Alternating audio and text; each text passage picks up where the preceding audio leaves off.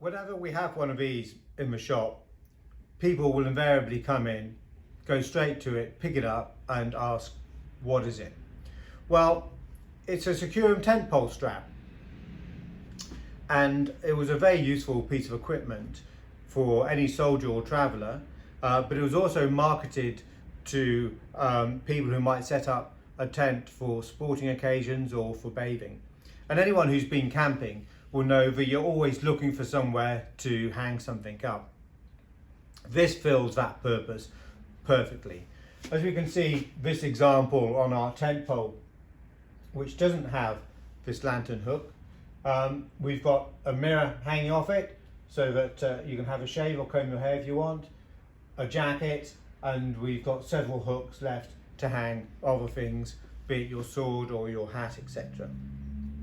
It's a very well made piece of equipment, and if you look on the inside of the leather strap, we've got a corrugated rubber liner here which will help grip the tent pole.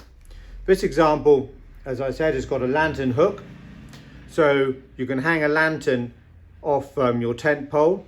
It's extended away from the tent pole to keep everything nice and safe. And this example's also got an iron wedge here, so when you're hanging your lantern, it'll just stop it tipping too much and pulling and sliding down the pole. So a very well thought out piece of equipment. It dates to either side of 1900. They were, a lot of them were sold by the Army and Navy store. You'll find them in their catalogues of that date, but also companies like Harrods sold them, as well as, I'm sure, a number of other people. Before the Securem, tent pole straps were certainly made, but they weren't made as well. They tended to be made as one-off items by saddlers or perhaps ironmongers.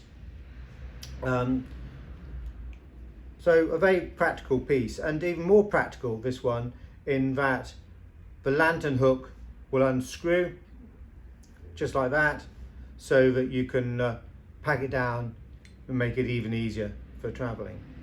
Later, of course, other versions of tent pole hooks were made, and we've got a couple here. This one was in our last exhibition, and it's quite simple. It's a sprung piece, so you can see the tent pole would have been much smaller by this date. You just clip it on and it'll hold it, and you've got two good hooks. This one,